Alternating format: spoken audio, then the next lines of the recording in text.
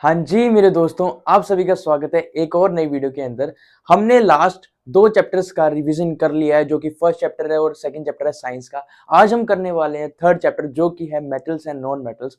उसका हम रिवीजन करने वाले हैं, एक एक चीज पढ़ेंगे और ध्यान से पढ़ेंगे और समझेंगे, ताकि हम एग्जाम में लिख कर आ पाए। ठीक है, और पेपर के पॉइंट ऑफ व्यू से बहुत ज्यादा इंपॉर्टेंट है बच्चों। जो जो मैंने रिवीजन करवाया है आप कर लेना, और करना मत, सारी चीजें कर लेना, क्योंकि बहुत ज्यादा इंपॉर्टेंट है और कुछ ही मिनट्स के अंदर हम खत्म कर लेंगे। तो चलो बच्चों स्टार्ट करते हैं। सबसे पहले हम पढ़ेंगे इंट्रोडक्शन। इंट्रोडक्शन में क्या है कि टोटल हमारे एलिमेंट्स कितने होते हैं, 118। उनमें से मेटल्स हैं 94 और नॉन मेटल्स हैं 17 और कुछ मेटलॉइड्स हैं, वो है टोटल 7। अब मेटलॉइड्स क्या होते हैं, जो मेटल्स और नॉन मेटल्स की तरह प्रॉपर्टी शो करते हैं, उनको हम बोलते हैं मेटलॉइड्स। उसके बाद आते हैं नेचुरली अकरिंग एलिमेंट्स, जो कि हमारे 94 है, और जो मैनमेड एलिमेंट्स हैं वो कितने हैं, 24 है। ठीक है, अब हम देखते हैं मेटल्स और नॉन मेटल्स के बारे में। मेटल्स क्या होते हैं, इलेक्ट्रोपॉजिटिव, क्योंकि वो इलेक्ट्रॉन क्या करते हैं, शेयरिंग करते हैं, इलेक्ट्रॉन देते हैं, क्योंकि उनके आउटरमोस्ट शेल के अंदर इलेक्ट्रॉन क्या होते हैं, कम होते हैं, तो वो देना ही पसंद करते हैं। ठीक है, और मेटल्स कैसे प्रॉपर्टी शो करते हैं, मेटल्स क्या होते हैं भाई, मेलेबल, डक्टाइल और इलेक्ट्रिसिटी क्या करवाते हैं, ये कंडक्ट करवाते हैं। तो ये अगर डेफिनेशन आपसे पूछी जाए मेटल्स की, तो आप ये लिख के आ सकते हो। उसके बाद हम फिजिकल प्रॉपर्टीज देखते हैं। फिजिकल प्रॉपर्टीज में क्या होते हैं, मेटल्स क्या होते हैं, मेलेबल। मेलेबल का मतलब क्या होता है कि उनको थिन शीट के अंदर कन्वर्ट कर सकते हैं। डक्टाइल है, डक्टाइल का मतलब क्या होता है कि उनको पतली पतली वायर्स के अंदर कन्वर्ट कर सकते हैं, जैसे कि कॉपर एल्यूमिनियम की वायर सुनी होगी आपने। और कैसे होते हैं ये, लस्ट्रस मतलब कि चमकदार, और सोनोरस होते हैं, मतलब कि इनको अगर हम बीट करते हैं तो इनसे क्या आती है, आवाजें आती है। ठीक है, और ये कैसे होते हैं भाई, गुड कंडक्टर ऑफ इलेक्ट्रिसिटी होते हैं, क्योंकि इनके अंदर क्या होते हैं, फ्री इलेक्ट्रॉन्स होते हैं, फ्री आयंस होते हैं, ताकि इनके अंदर से तभी इलेक्ट्रिसिटी पास होती है, क्योंकि इनके अंदर से क्या होते हैं, फ्री इलेक्ट्रॉन्स। और भाई ये क्या होते हैं, रूम टेम्परेचर के ऊपर सॉलिड होते हैं, सॉलिड की स्टेट में होते हैं। ठीक है, यूजुअली जो सिल्वर और ग्रे होते हैं, अब यूजुअली क्या होता है भाई, इनका जो कलर होता है वो कैसा होता है, सिल्वर और ग्रे होता है। ठीक है, और मरकरी और लेड कैसे भाई, पुअर कंडक्टर है, ये क्या आगे एक्सेप्शन आगे। ठीक है, जो मरकरी और लेड है वो कैसे हैं, पुअर कंडक्टर ऑफ इलेक्ट्रिसिटी है। और जो सोडियम है वो कैसा होता है, लस्ट्रस नहीं होता, मतलब कि चमकता नहीं है। और जो मरकरी है वो क्या होती है, रूम टेम्परेचर पे क्या होता है, लिक्विड की स्टेट में होती है। हमने क्या पढ़ा कि जो मेटल्स हैं वो कैसे होते हैं, सॉलिड की स्टेट में होते हैं सारे के सारे, बट मरकरी ऐसा मेटल है जो कि इस फॉर्म में होता है, लिक्विड की फॉर्म में होता है। ठीक है, अब आता है हमारी थोड़ी सी नॉलेज, और अगर हम फैक्ट याद करने पड़े, क्योंकि एग्जाम में फैक्ट्स आते हैं। ठीक है, फिर आता है हमारा एल्यूमिनियम। एल्यूमिनियम कैसा है भाई, मोस्ट एबंडेंट एलिमेंट है, तो कि मेटल है इन दी अर्थ क्रस्ट। बहुत ज्यादा मात्रा है, सबसे ज्यादा मात्रा में एल्यूमिनियम ही पाया जाता है एक अगर मेटल की बात करें, किसके अंदर, अर्थ क्रस्ट के अंदर। ठीक है, उसके बाद देखी जाती है केमिकल प्रॉपर्टीज ऑफ मेटल्स। अब सबसे पहले हम केमिकल प्रॉपर्टीज में देखेंगे कि मेटल ऑक्सीजन के साथ रिएक्ट करता है तो क्या बनता है। जब मेटल ऑक्सीजन के साथ रिएक्ट करता है तो हमारा बनता है मेटल ऑक्साइड, जो कि कैसा होता है, बेसिक इन नेचर होता है। हर मेटल ऑक्सीजन के साथ रिएक्ट नहीं करता, याद रखना। ठीक है, अब एग्जांपल देखते हैं। मेटल में हमने क्या लिया, पोटेशियम लिया, जिसका सिंबल की होता है। उसको ऑक्सीजन के साथ रिएक्ट करा तो हमारा क्या बना, पोटेशियम ऑक्साइड बना। ठीक है, देन अगर हम पोटेशियम ऑक्साइड को अगर वाटर के साथ रिएक्ट करेंगे तो हमारा बनता है पोटेशियम हाइड्रोक्साइड। अब पोटेशियम क्या होता है, बहुत ज्यादा रिएक्टिव होता है, तो इसको हम किसके अंदर रखते हैं, केरोसिन ऑयल के अंदर रखते हैं। उसके बाद आता है सोडियम। सोडियम को किसके साथ रिएक्ट करवाया भाई, ऑक्सीजन के साथ। ये अपने आप ही रिएक्ट करते हैं, क्योंकि ये कैसे होते हैं, हाईली रिएक्टिव होते हैं। तो सोडियम को भी किसके अंदर रखा जाता है, केरोसिन ऑयल के अंदर। तो सोडियम रिएक्ट करा तो क्या बना, सोडियम ऑक्साइड बना। अब सोडियम ऑक्साइड को अगर हम पानी के साथ क्या करते हैं, रिएक्ट करवाते हैं, तो हमारा क्या बनता है, सोडियम हाइड्रोक्साइड बनता है।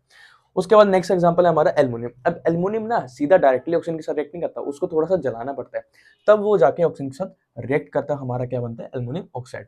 अब एम्फोटेरिक, एम्फोटेरिक आपने सुने होंगे। एम्फोटेरिक ऑक्साइड कौन से होते हैं, जो कि एसिड की तरह भी बिहेव करे और बेसिक की तरह भी बिहेव करे। तो दो हमारे एम्फोटेरिक ऑक्साइड होते हैं, जो कि है जिंक ऑक्साइड होता है और हमारा एल्युमिनियम ऑक्साइड होता है, जो किसकी तरह बिहेव करते हैं, बेसिक की तरह भी बिहेव करते हैं और एसिडिक की तरह भी बिहेव करते हैं।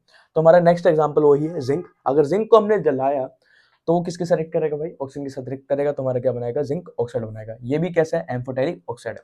फिर आती है हमारी कॉपर की बारी।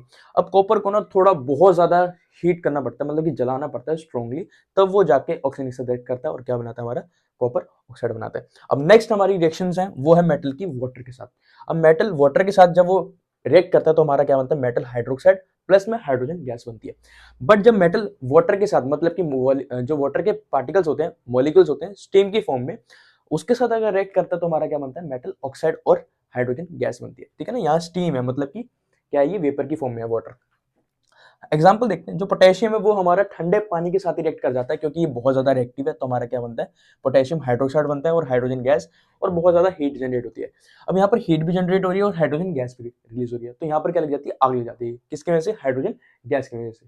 हाइड्रोजन गैस को क्या मिल रहा है, टेम्परेचर मिल रहा है और जल जाएगी। ठीक है। सोडियम भी ठंडे पानी के साथ रिएक्ट कर जाता है, तो हमारा क्या बनता है, सोडियम हाइड्रोक्साइड बनता है। सोडियम हाइड्रोक्साइड के साथ हाइड्रोजन गैस और हीट, ठीक है, यहाँ पर भी हीट और हाइड्रोजन गैस निकल रही है, तो भाई हाइड्रोजन गैस को क्या चाहिए भाई, हीट चाहिए, वो जैसे ही ले लेगी हीट तो जल जाएगी, तो यहाँ पर भी क्या सुनने को मिलता है भाई, ब्लास्ट सुनने को मिलता है, ठीक है।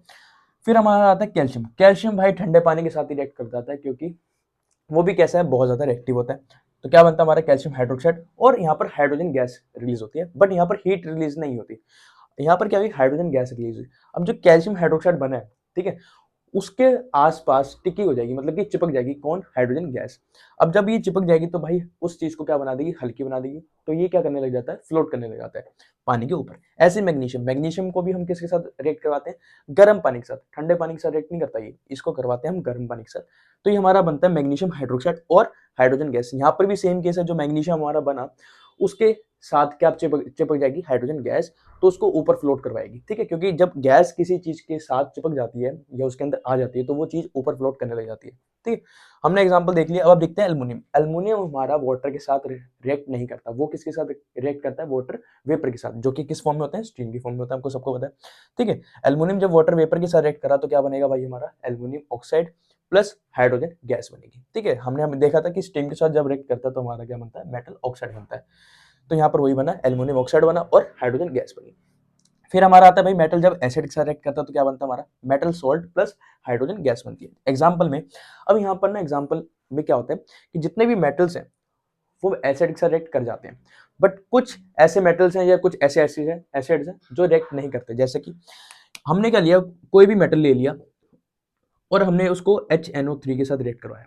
जब हम कोई भी मेटल को HNO3 के, अभी दो मेटल्स ऐसे हैं जिनको हम रिएक्ट करवाते हैं HNO3 को के साथ, तो क्या बनता है, सबसे पहले आप याद रखो कि कोई भी मेटल है उसको हम HNO3 के साथ रिएक्ट करवा रहे हैं तो हमारा हाइड्रोजन गैस रिलीज नहीं होगी, क्या रिलीज होगी, हाइड्रोजन वाटर रिलीज होगा, H2O। क्यों, क्योंकि ये ना बहुत ज्यादा क्या होता है, ऑक्सीडाइजिंग एजेंट होता है।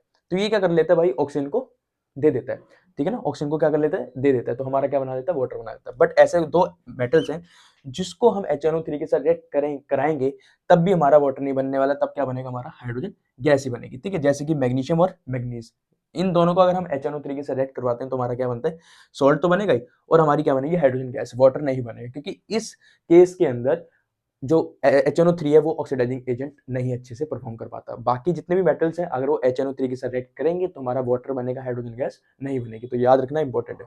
उसके बाद हमारा मेटल अगर A है वो किसके साथ रिएक्ट कर रहा है भाई, salt solution of metal B, तो हमारा क्या बनता है, salt solution of metal A plus metal B। Example में हमने क्या लिया, जिंक को किसके साथ रिएक्ट कराया भाई, कॉपर सल्फेट के साथ रिएक्ट कराया।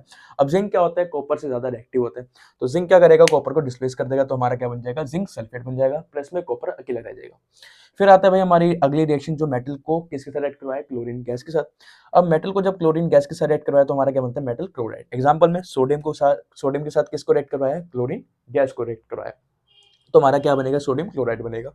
नेक्स्ट हमारी रिएक्शन होती है मेटल को हाइड्रोजन गैस से रिएक्ट करवाया, तो हमारा क्या बनेगा, मेटल हाइड्रोजन हाइड्राइड, ठीक है, क्या बनेगा हमारा, मेटल हाइड्राइड। अब एग्जांपल में सोडियम के साथ रिएक्ट करा, क्या किसको कराया भाई, हाइड्रोजन गैस को करवाया, तो हमारा क्या बना, सोडियम हाइड्राइड बना, ठीक है। हमने देख लिया भाई मेटल्स के बारे में सारी इंफॉर्मेशन, फिजिकल प्रॉपर्टी देख ली और केमिकल प्रॉपर्टीज देख ली। तो सबसे पहले हम देखते हैं नॉन मेटल कैसे होते हैं, इलेक्ट्रो नेगेटिव होते हैं, क्योंकि इलेक्ट्रॉन क्या करते हैं, लेते हैं। और ये कैसे होते हैं भाई, मेलेबल नहीं होते, डक्टाइल भी नहीं होते, ना ही इलेक्ट्रिसिटी कंडक्ट करवाते हैं। फिर हम देखते हैं फिजिकल प्रॉपर्टीज, बता दिया मैंने आपको, मेलेबल नहीं होते, डक्टाइल नहीं होते, लस्ट्रस भी नहीं होते भाई, सोनोरस भी नहीं होते, और ये पुअर कंडक्टर ऑफ इलेक्ट्रिसिटी है। और ये जनरली किस फॉर्म में होते हैं, मतलब कौन सी स्टेट में होते हैं रूम टेम्परेचर के अंदर, सॉलिड लिक्विड गैसेज, ये तीनों स्टेट में पाए जाते हैं, ठीक है।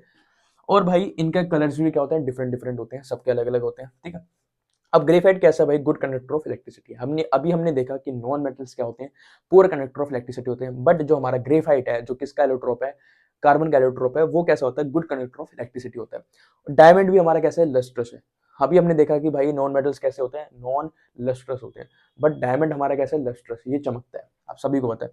फिर आता है हमारा थोड़ा सा फैक्ट जान लेते हैं कि ऑक्सीजन जो है ना हमारी, वो मोस्ट अबेंडेंट नॉन मेटल है, किसके अंदर, अर्थ क्रस्ट के अंदर। तो याद रखना, पेपर में डायरेक्टली पूछा जाता है एमसीक्यू की फॉर्म में। फिर हम देखते हैं केमिकल रिएक्शन, वही सेम चीज, सबसे पहले हम देखेंगे नॉन मेटल को किसके साथ रिएक्ट करवाया, ऑक्सीजन के साथ रिएक्ट करवाया, तो हमारा क्या बनेगा, नॉन मेटेलिक ऑक्साइड बनेगा, जो कैसा होता है, नेचर के अंदर एसिडिक होता है, ठीक है। मेटल ऑक्साइड कैसा होता है भाई, नेचर के अंदर बेसिक होता है, और नॉन मेटल ऑक्साइड कैसा होता है, एसिडिक होता है। फिर हम एग्जांपल देखते हैं, कार्बन को किसके साथ रिएक्ट करवाया भाई, ऑक्सीजन के साथ करवाया, तो हमारे क्या बनती है, CO2 गैस बनती है, जिसको हम क्या बोलते हैं, कार्बन डाइऑक्साइड बोलते हैं। कार्बन डाइऑक्साइड को फर्दर अगर हम वाटर के साथ रिएक्ट करवाएंगे तो हमारा क्या बनता है, H2CO3, जिसको हम कार्बोनिक एसिड भी बोल देते हैं। बट कार्बोनिक एसिड प्रॉपर का बनता है जब इसको ऑक्सीजन के साथ रिएक्ट करवाते हैं, ठीक है, जब इसका क्या होता है, ऑक्सीडेशन होता है।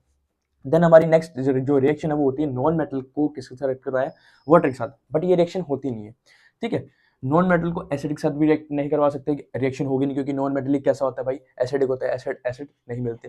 फिर आता है हमारा non metal plus salt solution, क्या बनाता है भाई, salt solution plus matter. Example में जैसे कि हमने क्या लिया भाई, सॉल्ट सॉल्यूशन लिया किसका, सोडियम का, सोडियम ब्रोमाइड। इसको किसके साथ रिएक्ट करवाया भाई, नॉन मेटल के साथ, जो कि है क्लोरीन। अब क्लोरीन क्या करेगा, ब्रोमाइड को क्या कर देगा, डिस्प्लेस कर देगा, तो क्या बन जाएगा हमारा सोडियम क्लोराइड, और ब्रोमीन जो गैस है हमारी वो अकेली रह जाएगी। फिर हम देखते हैं नॉन मेटल को किसके साथ करवाया भाई, क्लोरीन गैस के साथ, तो हमारा क्या बनता है, नॉन मेटल क्लोराइड बनता है। एग्जाम्पल में सोडियम को किसके साथ करवाया, क्लोरीन के साथ, तो हमारा क्या बना, सोडियम क्लोराइड, जो नमक हम खाते हैं। फिर हमारा आता है नॉन मेटल को किसके साथ रिएक्ट करवाया भाई, हाइड्रोजन गैस के साथ, तो हमारा क्या बनता है, नॉन मेटल हाइड्राइड बनता है। एग्जाम्पल में हाइड्रोजन गैस को किसके साथ रिएक्ट करवाया सल्फर के साथ, तो हमारा क्या बनता है, हाइड्रोजन सल्फाइड बनता है, ठीक है। अब हमारा नेक्स्ट टॉपिक आता है भाई, जो मेटल्स है और नॉन मेटल्स है वो रिएक्ट कैसे करते हैं वो हम देखते हैं। तो सबसे पहले मैं आपको बता दूं, इलेक्ट्रॉन डॉट स्ट्रक्चर जो है हमारा वो कैसा है। तो सोडियम क्लोराइड का अगर आपने कंपाउंड का फॉर्मूला देखा होगा तो वो ये होता है, सोडियम क्लोराइड। इसका मतलब क्या है, आप सभी को पता है, सोडियम जो सोडियम होता है उसका एटॉमिक नंबर कितना होता है भाई, 11 होता है। जो इलेक्ट्रॉनिक कॉन्फ़िगरेशन होती है वो क्या होती है, 281। अब इसके आउटर मोस्ट शेल के अंदर कितने इलेक्ट्रॉन आते हैं भाई, 1। तो ये क्या करेगा, देना पसंद करेगा भाई। इसके बाद दो ऑप्शन है, या 0 बना लेगा या आउटर मोस्ट शेल को, या 8 बना लेगा, जो आसान होगा वही करेगा। अब इसको 0 बनाना आसान है ताकि ये 1 दे दे। अगर ये 8 बनाएगा तो इसको क्या करना पड़ेगा, 7 लेने पड़ेंगे, जो कि बहुत मुश्किल है। तो ये क्या करता है भाई, एक इलेक्ट्रॉन अपना दे देता है। जब ये इलेक्ट्रॉन अपने घर से दे रहा है तो इसके घर में कैसी वाइब हो जाएगी, पॉजिटिविटी, क्योंकि इसके घर से नेगेटिव बंदे जा रहे हैं, तो इसके घर में कैसी वाइब हो जाएगी, पॉजिटिविटी। तो इसके ऊपर चार्ज कैसा आ जाएगा, 1 प्लस का, ठीक है। अब जिसके अंदर इलेक्ट्रॉन जा रहे होंगे, जिसके पास जा रहे होंगे, उसके ऊपर चार्ज कैसा आ जाएगा, नेगेटिव, जो कि है क्लोरीन। अब क्लोरीन का एटॉमिक नंबर कितना होता है भाई, 17। तो इलेक्ट्रॉनिक कॉन्फ़िगरेशन क्या हो जाएगी, 2 7। अब इस क्लोरीन को कितने इलेक्ट्रॉन चाहिए, 1 इलेक्ट्रॉन। ये क्या करेगा, दो ऑप्शन वही सेम चीज, 7 देगा या 1 लेगा, इजी कौन सा, 1 लेना। तो ये क्या करेगा, 1 इलेक्ट्रॉन ले लेगा स्टेबल होने के लिए। अब इसने एक इलेक्ट्रॉन लिया है, तो भाई इसने इलेक्ट्रॉन लिया है तो मतलब नेगेटिव बंदे इसके घर पे आए, तो इसकी वाइब कैसे हो जाएगी, नेगेटिविटी। अब इसको अगर इलेक्ट्रॉन डॉट स्ट्रक्चर के अंदर देखते हैं तो कैसे देखते हैं। अब सोडियम आउटर मोस्ट शेल के अंदर कितने इलेक्ट्रॉन है, 1, तो इसको डॉट से डिनोट कराएं। क्लोरीन क्लोरीन के आउटर मोस्ट शेल के अंदर कितने भाई, 7, तो इसको हमने क्रॉस से मल्टीप्लाई करा, क्रॉस से रिप्रेजेंट करा, 1 2 3 4 5 6 7। अब ये क्या होगा, यहाँ पर क्या होता है, ट्रांसफर होता है। मतलब ट्रांसफर मतलब कि ये क्या करता है, सोडियम जो है जिसके पास फालतू एक इलेक्ट्रॉन, वो क्या करेगा कि क्लोरीन को दे देगा। क्लोरीन के पास एक नहीं है तो वो क्या करेगा, दे देगा। तो इसका स्ट्रक्चर कैसे बनेगा, Na प्लस, क्योंकि इसने एक इलेक्ट्रॉन दिया है तो इसके ऊपर चार्ज कैसा आ जाएगा, प्लस का। क्लोरीन के ऊपर कैसा आ जाएगा, चार्ज नेगेटिव, ठीक है, क्योंकि इसने एक इलेक्ट्रॉन लिया है। अब सेम एग्जांपल देखते हैं मैग्नीशियम क्लोराइड। अब मैग्नीशियम क्लोराइड का फॉर्मूला क्या होता है, पहले देख लो, MgCl2। अब इसको कैसे इलेक्ट्रॉन डॉट स्ट्रक्चर के अंदर रिप्रेजेंट करते हैं वो देखो। अब मैग्नीशियम का भाई एटॉमिक नंबर कितना होता है भाई, सबको पता होगा, 12। तो इसकी इलेक्ट्रॉनिक कॉन्फ़िगरेशन क्या होगी, 282, ठीक है। अब इसके 282 ये, तो भाई इसके आउटर मोस्ट शेल के अंदर कितने इलेक्ट्रॉन प्रेजेंट है, 2। तो वही सेम ऑप्शन, 0 बनाएगा या 8 बनाएगा, जो इजी होगा वही करेगा। तो इसके पास क्या इजी है भाई, 2 देना। तो अगर ये 2 दे देगा तो इसके ऊपर चार्ज कैसा आ जाएगा, 2 पॉजिटिव, ठीक है। तो इसके आउटर मोस्ट शेल के अंदर कितने इलेक्ट्रॉन होंगे, 2। तो इसके इलेक्ट्रॉन कितने बनेंगे, मतलब कि 2 बनेंगे, क्योंकि आउटर मोस्ट शेल के अंदर जितने होते हैं उतने ही हम बनाते हैं। अब क्लोरीन कितने, 2। तो यहाँ पर 2 क्लोरीन बनेंगे, क्योंकि इसने 2 देने हैं। अब एक क्लोरीन को एक ही चाहिए, बट इसको देने कितने, 2। आ रही समझ में, स्टेबल रहना भाई, दोनों को स्टेबल बनना है, मेन इनका मकसद है। अब इसको क्या करना है, 2 देने, क्लोरीन को क्या होता है, 1 लेना है। तो यहाँ पर क्लोरीन 2 आएंगे कि भाई, क्लोरीन बोलेगा कि भाई एक को कि भाई मुझे 1 चाहिए, उसने देने 2 हैं। अब वो रिएक्ट तभी करेगा जब ये एक मेरे साथ आएगा, तो तू आ जा भाई कृपया करके। तो ये दोनों आगे, इसके आउटर में शेल के अंदर 7, इसके भी आउटर में शेल के अंदर 7। तो एक इसको मिल जाएगा, एक इसको मिल जाएगा, तो ये क्या हो जाएंगे, स्टेबल हो जाएंगे। तो हमारा फॉर्मूला बन गया। इसने क्या करा, मैग्नीशियम ने 2 प्लस दे दी, मतलब कि 2 इलेक्ट्रॉन दे दिए, तो 2 प्लस। अब क्लोरीन के ऊपर कितने आए, 2 नेगेटिव आए, तो इसके ऊपर कैसा साइन आ जाएगा, 2 माइनस का। तो इसी के साथ हमने देख लिया मेटल और नॉन मेटल कैसे रिएक्ट होते हैं। अब एक कंपाउंड के बारे में जानते हैं जिसका नाम है आयनिक कंपाउंड। अब ये आयनिक कंपाउंड क्या होता है भाई, आयनिक कंपाउंड क्या होता है, जब मेटल प्लस नॉन मेटल मिलते हैं तो हमारा जो कंपाउंड बनता है वो कैसा बनता है, आयनिक कंपाउंड, क्योंकि आयन्स की मदद से बनाएगा। क्योंकि मेटल के ऊपर चार्ज कैसा होता है, पॉजिटिव, और नॉन मेटल के ऊपर चार्ज कैसा होता है, नेगेटिव, ठीक है। अब इसकी प्रॉपर्टीज होती है वो देखते हैं, ठीक है। एग्जाम्पल ये रहे आयनिक कंपाउंड्स के, ठीक है, पॉजिटिव नेगेटिव, ठीक है। अब कुछ प्रॉपर्टीज है वो देखते हैं। ये क्या होते हैं, जनरली सॉलिड की फॉर्म में होते हैं, मतलब सॉलिड की स्टेट में होते हैं आयनिक कंपाउंड्स, और इनका मेल्टिंग पॉइंट और बॉइलिंग पॉइंट क्या होता है, हाई होते हैं। और ये पानी के अंदर सोल्यूबल है, बट ये सॉल्वेंट के अंदर सोल्यूबल नहीं है, ये सॉल्वेंट के अंदर कैसे है, इनसोल्यूबल। और ये इलेक्ट्रिसिटी कंडक्ट करवाते हैं किसकी फॉर्म में, मोल्टन स्टेट की फॉर्म में। तो इसी के साथ हमने ये सारा देख लिया। अब चलते हैं अपने नेक्स्ट टॉपिक के ऊपर, जिसका नाम है मेटलर्जी। अभी तक बच्चों हमने देख लिया केमिकल प्रॉपर्टीज और फिजिकल प्रॉपर्टीज किसकी, मेटल्स और नॉन मेटल्स की। अब हम चलते हैं अगले नेक्स्ट टॉपिक के ऊपर, जिसका नाम है मेटलर्जी। अब ये एक प्रोसेस है, उससे पहले हम जानते हैं मिनरल्स और ओर्स के बारे में। मिनरल्स क्या होते हैं बच्चों, जो भी हमने सब्सटेंस निकाले, केमिकल कंपाउंड्स निकाले, कहाँ से, अर्थ के क्रस्ट में से, by the process of mining, उसको हम बोलते हैं मिनरल्स। अब मिनरल्स में से हमें क्या निकालना है, मेटल्स निकालने हैं। अब कुछ मिनरल्स ऐसे होंगे जिसमें से मेटल्स बहुत इजीली निकल रहे हैं और हमें बहुत ज़्यादा प्रॉफिट हो रहा है और कम समय के अंदर निकल रहे हैं, तो वो जो मिनरल्स होंगे उनको हम क्या बोलेंगे, ओर बोलेंगे। ठीक है, अब जानते हैं मेटलर्जी का प्रोसेस क्या होता है। ये क्या है, प्रोसेस है जिसके अंदर क्या हो रहा है, मेटल का क्या हो रहा है, एक्सट्रैक्शन हो रहा है। कहाँ से, उसके ओर में से। अब देखते हैं ओर कितने टाइप के होते हैं, 3 टाइप के होते हैं जनरली। एक होता है सल्फाइड, ऑक्साइड और कार्बन। मतलब कि कौन से कंपाउंड्स में पाए जाते हैं वो लिखा हुआ है कि सल्फाइड कंपाउंड में पाए जाते हैं, ऑक्साइड के कंपाउंड में पाए जाते हैं और कार्बोनेट के कंपाउंड में पाए जाते हैं। अब देखते हैं मेटलर्जी का स्टेप बाय स्टेप प्रोसेस। सबसे पहले क्या होता है, उससे पहले मैं आपको एक ट्रिक से याद दिलवाता हूँ कि सबसे पहले क्या करना है, हमें देखना है लो रिएक्टिव मेटल्स कौन से होते हैं। अब आपने चार्ट पढ़ा होगा, सबसे पहले देखना है लो रिएक्टिव मेटल्स कौन से होते हैं। तो उसका पहले प्रोसेस जानते हैं कि उसका मेटलर्जी कैसे होता है। उसका क्या होगा, सबसे पहले क्रशिंग और ग्राइंडिंग होगा, मतलब कि उसको छोटे छोटे टुकड़ों में तोड़ा जाएगा। फिर क्या होगा, कंसंट्रेशन ऑफ ओर, उसका कंसंट्रेशन बढ़ाया जाएगा, किसका, ओर का। मतलब कि उसके अंदर अगर फॉरेन पार्टिकल्स होंगे, मतलब कि गंदगी होगी, सैंड या रॉक के कुछ भी पार्टिकल्स होंगे, उनको क्या करा जाएगा, साफ करा जाएगा। उसी पार्टिकल्स को हम बोलते हैं गैंगवी। फिर देन चेक करा जाएगा कि कौन से कंपाउंड में पाए जाते हैं। अब मोस्टली केसेस के अंदर जो लो रिएक्टिव मेटल्स हैं वो कौन से कंपाउंड में पाए जाते हैं, सल्फाइड कंपाउंड में पाए जाते हैं। अब सल्फाइड कंपाउंड में जो मेटल्स पाए जाते हैं उनका क्या होता है, रोस्टिंग होता है। रोस्टिंग का मतलब है कि उसको हीट कर रहे हैं in the presence of oxygen. Example लिया हमने कॉपर सल्फाइड। अब कॉपर सल्फाइड का क्या करा भाई, रोस्टिंग करा, तो वो किसके साथ रिएक्ट करा, ऑक्सीजन के साथ। ऑक्सीजन के साथ जैसे रिएक्ट करा तो भाई क्या बना हमारा यहाँ पर, कॉपर ऑक्साइड और सल्फर डाइऑक्साइड। अब उसके बाद क्या होगा, इसका ऑटो रिडक्शन होगा, किसका, लो रिएक्टिव मेटल्स का। ठीक है, ऑटो रिएक्शन में क्या होगा भाई, कॉपर ऑक्साइड जो निकला वो अपने आप किसके साथ रिएक्ट हो जाएगा, कॉपर सल्फाइड के साथ। तो क्या बना जाएगा, कॉपर और सल्फर डाइऑक्साइड। फिर आता है हमारे मीडियम रिएक्टिव मेटल्स। फिर वही सेम चीज, मीडियम रिएक्टिव मेटल्स का सबसे पहले क्या होगा, क्रशिंग और ग्राइंडिंग होगी। फिर क्या होगा, कंसंट्रेशन ऑफ ओर होगा। फिर चेक करा जाएगा कि भाई कौन से कंपाउंड में पाए जाते हैं। तो ये जनरली 2 कंपाउंड में पाए जाते हैं, एक होता है सल्फाइड और एक होता है कार्बोनेट। अब सल्फाइड कंपाउंड्स का क्या होगा भाई, रोस्टिंग होगा, और कार्बोनेट्स कंपाउंड का क्या होगा, कैल्सिनेशन। कैल्सिनेशन सेम प्रोसेस है, बट इसको हीट करा जाता है in the presence of, without presence of oxygen. ठीक है, कैल्सिनेशन एक प्रोसेस है, इसमें क्या करा जाता है, हीट करा जाता है without the presence of oxygen. Example हमने लिए जिंक सल्फाइड। सल्फाइड वाला कंपाउंड है तो क्या होगा भाई, इसका रोस्टिंग होगी, मतलब ऑक्सीजन के साथ रिएक्ट होगा, तो क्या बनेगा, zinc oxide plus sulphur dioxide. अब ये आ गया भाई कार्बोनेट वाला, तो जिंक कार्बोनेट का क्या होगा, कैल्सिनेशन होगा, मतलब कि ऑक्सीजन के साथ ये रिएक्ट नहीं करेगा, तो क्या बनेगा हमारा, zinc oxide plus carbon dioxide. अब ये ना जिंक ना ऑक्सीजन को ना थोड़ा पकड़ के रखता है, तो ये ऑटो रिडक्शन नहीं करता है, इसका रिडक्शन करवाया जाता है किसकी मदद से, एक ऑक्सीडाइजिंग एजेंट की मदद से। तो इसका क्या करवाया जाता है भाई, रिडक्शन करवाया जाता है किसके द्वारा, अल्यूमिनियम या कार्बन के द्वारा। तो देखो इसका करवाया गया कार्बन के द्वारा। जिंक ऑक्साइड का किसके, जिंक ऑक्साइड के साथ क्या मिला दिया भाई, कार्बन मिला दिया। तो कार्बन क्या करेगा, ऑक्सीजन ले जाएगा, तो कार्बन डाइऑक्साइड बन जाएगी, और जिंक हमारा अकेला रह जाएगा। फिर आते हैं भाई ऑक्साइड वाले कंपाउंड्स। अब जो ऑक्साइड वाले होते हैं मेटल्स, उनका क्या होता है, सीधा रिडक्शन होता है। तो क्या करेंगे भाई, आयरन ऑक्साइड को क्या करेंगे, एल्युमिनियम के साथ रिडक्शन कर देंगे, तो एल्युमिनियम इसके साथ रिएक्ट कर जाएगा। एल्युमिनियम आयरन से ज़्यादा रिएक्टिव होता है तो हटा देगा, तो क्या बना देगा, आयरन अकेला रह जाएगा और एल्युमिनियम ऑक्साइड बन जाएगा और हीट बनेगी।